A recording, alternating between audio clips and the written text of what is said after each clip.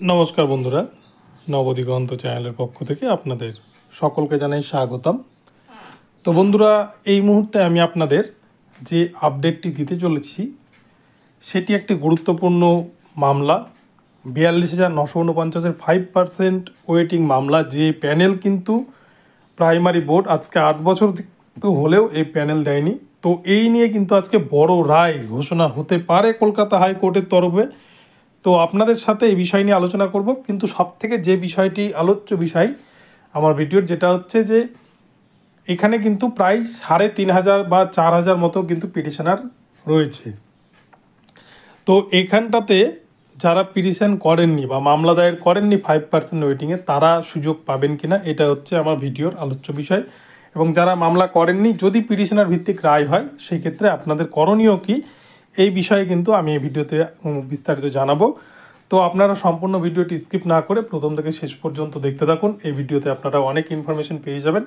কিন্তু তার আগে বলে রাখি, যারা প্রথমবার চ্যানেল ভিজিট করছেন তারা কিন্তু চ্যানেলটিকে অবশ্যই সাবস্ক্রাইব করে নেবেন, কেননা এই ধরনের আপডেট সবার আগে সবার প্রথমে আপনার কাছে পৌঁছে দেবে এই নবদিগন্ত চ্যানেল। তো চলুন বন্ধুরা, তাহলে আজকে আমরা এই বিষয়ে বিস্তারিত আপডেটটি দেখে নিই। তো বন্ধুরা ৪২,৯৪৯ প্যানেলের 5% ওয়েটিং মামলা বেশ কিছুদিন ধরে কিন্তু ভালো একটা জায়গায় ছিল। এবং গত কয়েকদিন আগে শান্তনু সিটের যে ওএমআর ডেস্ট্রয় মামলা, সেই মামলা এমন একটা পরিণতি ধারণ করেছে যার জন্য কিন্তু বিচারপতি রাজাশেখর মান্থা পুরো ৪২,০০০ প্যানেলকে উড়িয়ে দেওয়ার হুঁশিয়ারি দিয়েছিলেন। এবং তার সাথে সাথে যে 5%-এর যে মামলা, সেখানে কিন্তু এই মামলাটিকে তিনি ৪২,৯৪৯-এর যে ওএমআর ডেস্ট্রয় যে মামলা, সেই ওএমআরের সাথে কিন্তু তিনি রাখেন যে ওএমআর ডেস্ট্রয় মামলা ঠিক যেদিকে যাবে তার উপরেই কিন্তু ভবিষ্যৎ নির্ধারণ করবে। তো আজকে ওএমআর ডেস্ট্রয় মামলা রয়েছে কলকাতা হাইকোর্টে, এবং তার সাথে সাথে কিন্তু 5% মামলাও আজকে লিস্টেড রয়েছে সিরিয়াল নাম্বার 10-এ। তো এই 5% মামলায় আজ পর্যন্ত কিন্তু যতগুলো ফাইল হয়েছে অনেকগুলো কিন্তু পিটিশনার ফাইল হয়েছে, এবং প্রতিটা জেলা থেকে এখানে কিন্তু পিটিশন করেছেন।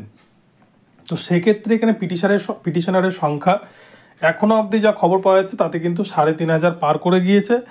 এবং তাছাড়াও আরও কিছু অ্যাপ্লিকেশন বা আরও কিছু রিট পিটিশন হয়েছে যেগুলো কিন্তু এখনও পিটিশনার সংখ্যাটা অ্যাপ্রোপ্রিয়েট জানা যায়নি। তো সব মিলিয়ে প্রায় ৪,০০০-এর কাছাকাছি পিটিশনার এখানে কিন্তু রয়েছে, এটা ধরে নেওয়া যায়। তো এবারে হচ্ছে ২১৪৭টা সিট, ২১৪৭ সিট যেখানে কিন্তু 5% ওয়েটিং মামলা, অর্থাৎ ৪২,৯৪৯-এর 5% করলে কিন্তু ২১৪৭টা বেরায়। তো ২১৪৭টা সিটের একটা প্যানেল প্রাইমারি বোর্ডকে পাবলিশ করতে হবে। এটা সংবিধানের 6/8 রুলস মোতাবেক এই প্যানেলটা তৈরি করতে হয়। ঠিক আপনারা ৯,৫৩৩-এর যদি প্যানেল দেখেন আপনারা দেখবেন 6/8 রুলস মোতাবেক কিন্তু একটা ওয়েটিং লিস্ট তারা তৈরি করেছে। তো এই 5% প্যানেলটা ২১৪৭ জনের যে লিস্ট বা প্যানেল, সেটা কিন্তু আজকে ৮ বছর হয়ে গেলেও সেখানে প্রাইমারি বোর্ড তা প্রকাশ করতে ব্যর্থ। কেন ব্যর্থ? যে তারা প্রচুর পরিমাণ দুর্নীতি করেছে। যদি এই প্যানেল প্রকাশ করতে যায় তাহলে কিন্তু নানা রকম দুর্নীতির সামনে চলে আসবে। এবং তাছাড়াও সবথেকে বড় কথা, টাকা ছাড়া চাকরি দিব না, এরকম একটা বিষয় কিন্তু তাদের ছিল। সেই জন্য আজকে এসেও কিন্তু এই জায়গাটা 5% প্যানেল প্রাইমারি বোর্ড প্রকাশ করতে পারেনি। তো এই 5% মামলায় পিটিশনার ভিত্তিক রায় হবে নাকি জেনারেল রায় হবে, এটা অনেকেই কিন্তু জিজ্ঞেস করছেন। তো 5% মামলায় পিটিশনার ভিত্তিক রায় হওয়ার চান্স মাত্র 5%, কিন্তু ইন জেনারেল রায় হওয়ার চান্স 95%। যদি আপনারা বলেন যে কেন, দেখুন যে কোনো একটা প্যানেল দিলে সেই প্যানেলের কিন্তু 5% লিস্ট দিতেই হয়। এখানে প্যানেলটা পাবলিশই করেনি প্রাইমারি বোর্ড, তাহলে এটা কিন্তু পিটিশনার ভিত্তিক রায় হওয়ার কোনো কথাই আসে না বা প্রশ্নই ওঠে না। কিন্তু যদি ওই 5% প্রবাবিলিটির মধ্যে যদি পিটিশনার ভিত্তিক রায় হয়ে যায়, সেক্ষেত্রে কিন্তু প্রাইমারি বোর্ডকে যতজন কেস করবে এই মামলায় ধাপে ধাপে, কেননা আজকে যদি এই মামলা নিয়ে পিটিশনার ভিত্তিক রায় হয় আপনারা দেখবেন আগামীকালকে কিন্তু কলকাতা হাইকোর্টে নতুন করে না হলেও 100টা ফাইল হবে, এবং সেখানে কিন্তু প্রত্যেক জেলা থেকে যত বঞ্চিত ৪২,৯৪৯ ক্যান্ডিডেট রয়েছে সকলেই মামলা করবে। আর সেক্ষেত্রে কিন্তু সকলেই সমান সুযোগ পাবে। কেননা আপনারা 20/22 ডিএলএডের ক্ষেত্রে যদি দেখে থাকেন, আপনারা দেখেছেন হয়তো যে প্রথমে রাজাশেখর মান্থা এজলাসের যে নির্দেশ এসেছিল যারা বিএড নিয়ে বা এনআইএস ডিগ্রি নিয়ে 2022 রিক্রুটমেন্ট ইন্টারভিউ দিয়েছিল, পরবর্তীতে তাদের ডিএলএড ডিগ্রি থাকা সত্ত্বেও তারা সেটা অ্যাড করতে পারছিলেন না, সেক্ষেত্রে তারা যখন মামলা দায়ের করেন, তো সেক্ষেত্রে প্রথম জনের ক্ষেত্রে যে রায় হয়েছিল পরপর যতগুলো কিন্তু সেম গ্রাউন্ডে মামলা হয়েছে সেম রায়ই হয়েছে। আপনারা যদি প্রশ্নগুলোর ক্ষেত্রে দেখেন, যাদের 2016 সালের আগে ডিএলএড ট্রেনিং কমপ্লিট ছিল, প্রশ্নগুলো থেকে পাস করেছে, যতজন এই রিলেটেড মামলা কিন্তু করেছে সবাই কিন্তু নিয়োগের অর্ডার পেয়েছে। এবং রিসেন্ট কয়েকদিন আগেও 2-3 দিন আগেও কিন্তু কয়েকজনের নিয়োগের অর্ডার হয়েছে রাজাশেখর মান্থার এজলাস থেকে।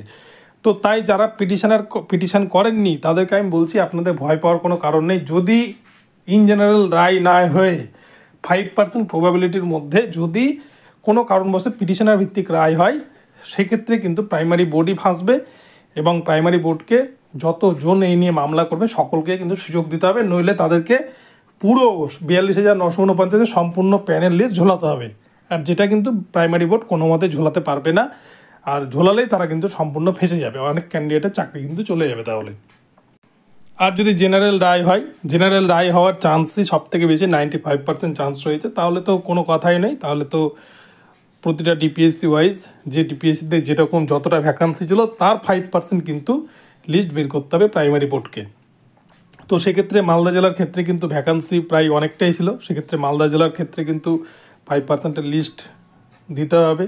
তো সেরকম কিন্তু প্রতিটা ডিপিএসসিতেই, যে ডিপিএসসিতে যেরকম ভ্যাকান্সিতে 2016 সালে নোটিফিকেশান বেরিয়েছিল, সেই ভ্যাকান্সিরই কিন্তু 5% হিসেব করে সেইভাবে প্রাইমারি বোর্ডকে প্যানেল পাবলিশ করতে হবে। তো এই হচ্ছে বিষয়। তো যারা পিটিশন করেননি 5% মামলায়, আপনাদেরকে আমি একটা কথাই বলবো যে আপনারা নিশ্চিন্তে থাকুন। আর আরও একটা বিষয় বলি, সিট হচ্ছে 2147, সেখানে পিটিশনার কিন্তু প্রায় 3,500 থেকে 4,000 মতো, তাহলে একটা সিটের জন্য কিন্তু দুজন লড়াই করছে। কখনো কিন্তু এরকম রায় হয় না কলকাতা হাইকোর্ট বা সুপ্রিম কোর্ট যাই হোক যে পিটিশনারদের মধ্যে থেকে মেরিট করে দেওয়া হোক, এরকম কিন্তু রায় হয় না। আপনারা যদি দেখে থাকেন ভালো করে খেয়াল করবেন, জাজমেন্ট এরকম হয় অল পিটিশনারদেরকে নিতে হবে, আর নইলে ইন জেনারেল, এই দুরকমই কিন্তু সাধারণত নিয়োগের ক্ষেত্রে রায় হয়। তো সেক্ষেত্রে এটার ক্ষেত্রেও কিন্তু হয় অল পিটিশনার রায় হতে পারে অথবা ইন জেনারেল এরকম রায় হতে পারে। তাই অল পিটিশনার যদি নিতে হয় তাহলে কিন্তু 2147 সিটের 4,000 জনের কোনোভাবে প্রাইমারি বোর্ড মানতে চাইবে না। তো সেক্ষেত্রে কিন্তু ইন জেনারেলটাই হওয়ার সম্ভাবনা সব থেকে বেশি বলে আমার মনে হয়। তো দেখা যাক আজকে এই 5% মামলায় কি হয়, এবং যদি কোনো কারণবশত পিটিশনার ভিত্তিক রায় হয় তাহলে নতুন করে আবার ফাইল হবে, এটা নিয়ে চিন্তার কোনো কারণ নেই। এবং এরকম কোনো নিয়মও নেই যে একবার জাজমেন্ট হয়ে গেলে ওই মামলায় আর দ্বিতীয়বার কোনো ফাইল করা যায় না, এরকম কোনো নিয়ম নেই। তাই আপনারা নিশ্চিন্তে থাকুন। তো বন্ধুরা, ভিডিওটি আপনাদের ভালো লাগলে চ্যানেলটিকে সাবস্ক্রাইব করবেন এবং আমার ভিডিওতে লাইক শেয়ার কমেন্ট করতে কিন্তু ভুলবেন না। আর পরবর্তীতে আবার নতুন আপডেট নিয়ে আসছি, সকলে চ্যানেলে নজর রাখুন এবং ভালো থাকবেন।